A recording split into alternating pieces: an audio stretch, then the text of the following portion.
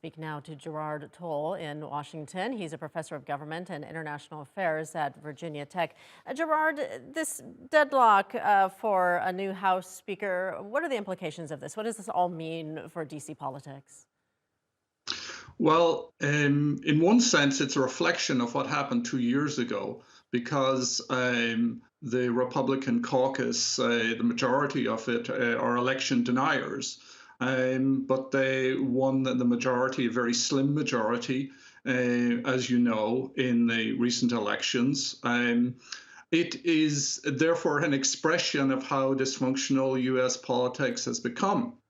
And it's unlikely that the House of Representatives will be the source of meaningful legislation for the next 2 years.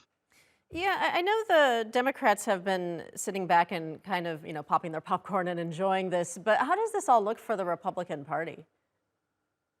Well, it looks terrible, but it is a reflection of where the Republican Party is. So it is real in the sense that there are people within the Republican Party who are more interested in the sort of spectacle of fighting, being uncompromising, being hardline, and fundraising from that than they are interested in legislating.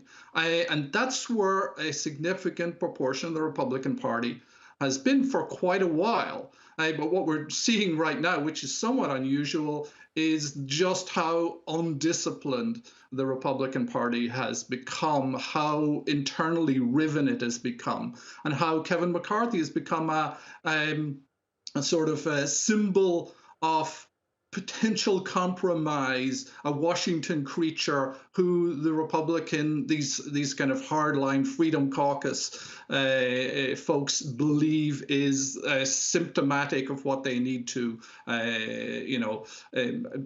protest against. And so, it's unlikely that he's going to get. He needs essentially the caucus to move. It will probably move from 200 votes to closer to what he needs, which is 218.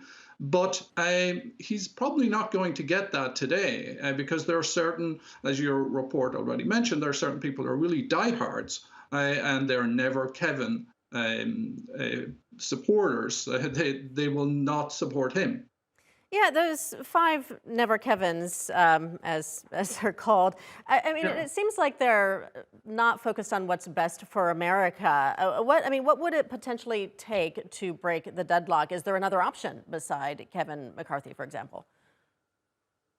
Yes, there is another option. And so potentially one thing that could break the deadlock is that they gain symbolically and they defeat McCarthy's attempt to become Speaker. And remember, this is not the first time McCarthy has tried to be Speaker. He stepped aside earlier and let Paul Ryan become Speaker when it was evident that he didn't have the votes. If he steps aside, Steve Scalise, the guy who was his deputy, is potentially someone that could be elected. There are other people in the wings. Jim Jordan of Ohio is a member of the Freedom Caucus and was an enemy of McCarthy until McCarthy was able to bring him into his fold.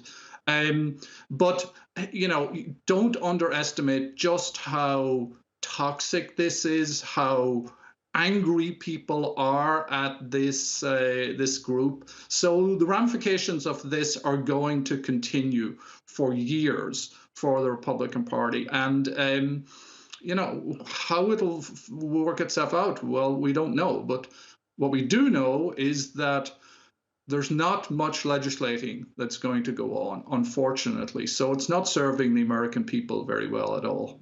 All right, Gerard Toal joining us from Washington. Thank you so much.